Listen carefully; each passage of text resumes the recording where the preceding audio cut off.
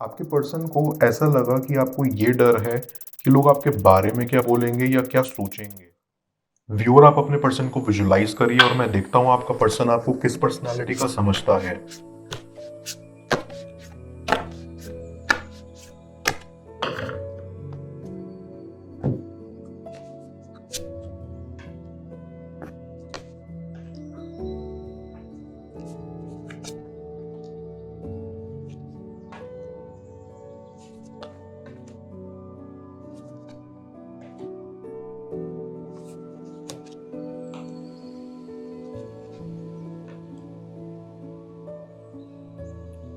मुझे ऐसी फीलिंग आ रही है कि पहले कुछ मुलाकातों में आपके पर्सन को आप काफी सुलझे हुए और सीधे पर्सन लगे थे।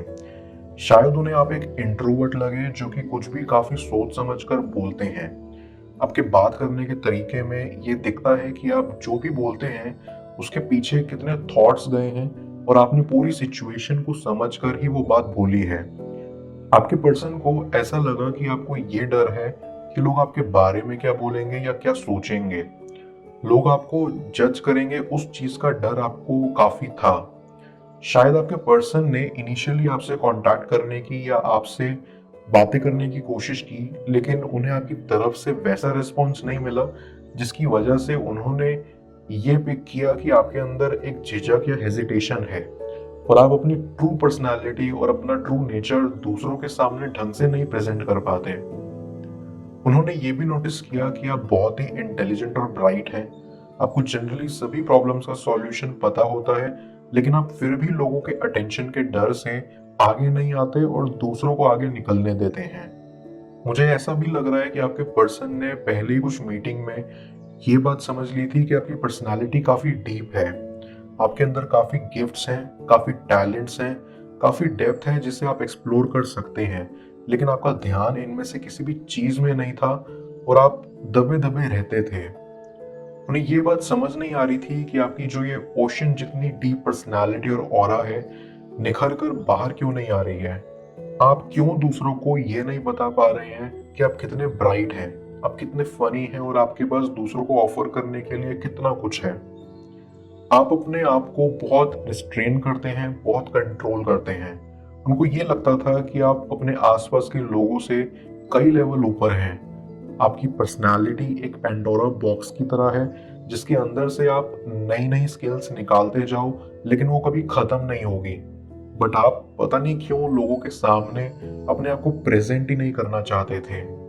आपके पर्सन ने इनिशियली शायद आपसे बात करने की काफी कोशिश की, लेकिन आपने उनसे उतनी बात नहीं की या फिर एकदम पॉइंट टू पॉइंट बात की जो कि आपके पर्सन को थोड़ा अजीब लगा, क्योंकि वो आपके बारे में और जानना चाहते थे। आपके पर्सन को आपके अंदर से थोड़ी थोड़ी एटीट्यूड वाली वाइब्स भी आ रही थी, और वो इसीलिए क्योंकि आप किसी को भी इजीली अपनी लाइफ के अंदर एक्सेस नहीं देते, जिसकी वजह से उन्हें लगता था कि आपके अंदर एटीट्यूड है। आप किसी को बताना ही नहीं चाहते थे कि आप किस टाइप के पर्सन हैं, जिसकी वजह से उन्हें लगता था कि आप कुछ छुपा रहे हैं। शायद आप उस टाइम रिसेंटली किसी रिलेशन या कमिटमेंट से बाहर भी आए थे, जिसकी वजह से आपने अपने पर्सन की किसी भी फ्लर्टिंग या कोजीनेस को वही स्टॉप कर दिया था, जिसकी वजह से आपका पर्सन थोड़ा इनसिक्योर भी हो गया था। मैं कार्ड्स को क्लैरिफाई करता हूँ ये देखने के लिए कि अभी आपका पर्सन आपके बारे में क्या सोचता है। तब तक आप प्रॉपर एनर्जी एक्सचेंज के लिए इस रीडिंग को लाइक कर दें, और पर्सनल रीडिंग के लिए आप मुझे व्हाट्सएप पर अप्रोच कर सकते हैं।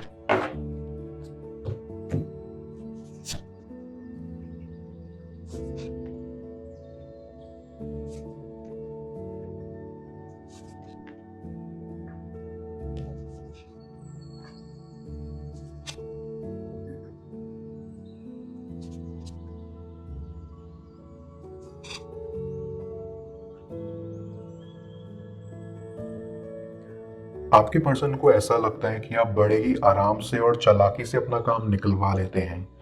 ये बात उन्हें पसंद आती है क्योंकि चाहे कैसी भी सिचुएशन आ जाए, अगर आपने कुछ डिसाइड कर लिया तो आप वो काम पूरा करके ही छोड़ते हैं, चाहे उसके लिए आपको कुछ भी करना पड़े। वहीं दूसरी तरफ कभी कभी आपके पर्सन को आपकी ये हैबिट थोड़ी एनोइंग भी लगती है, क्योंकि आप काफी बार अपना काम निकलवाने के लिए या फिर चीजों को अपनी तरफ मोल्ड भी कर लेते हैं।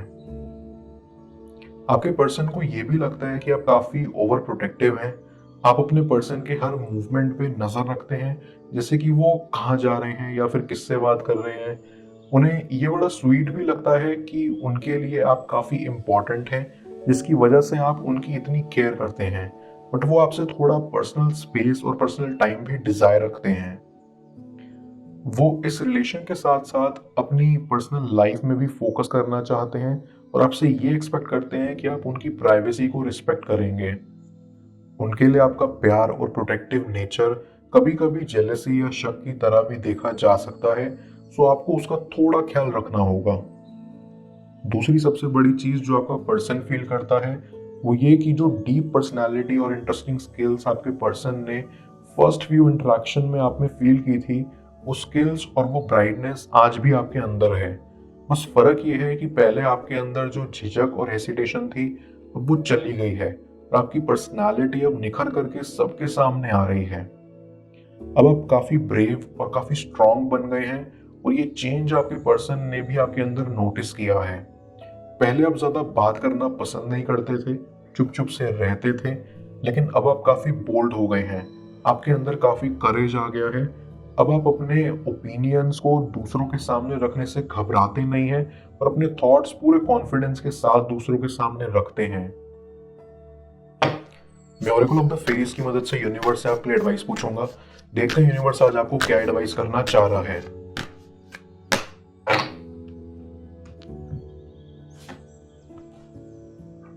Go outside.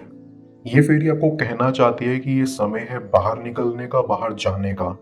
आप जहां भी हो, आप उस एनवायरनमेंट से बाहर निकलकर नेचर के पीस को फील करना चाहिए और इवन बेटर नेचर के साथ एक शॉर्ट ट्रिप प्लान करनी चाहिए, जहां आप बस बैठकर खुद को फील कर सकें, अपनी सराउंडिंग्स को एक्सपीरियंस कर सकें। ये आपको हेल्प करेगा अपने आसपास के साइंस को नोटिस करने में जो यूनिवर्स आपकी लाइफ में आपको भेज रहा है। वो पहले आपके बारे में क्या सोचते थे और अब क्या सोचते हैं, जाने स्क्रीन पर शो हो रही इस नेक्स्ट टैरो रीड में। पेड पर्सनल रीडिंग के लिए आप मुझे व्हाट्सएप पर अप्रोच कर सकते हैं।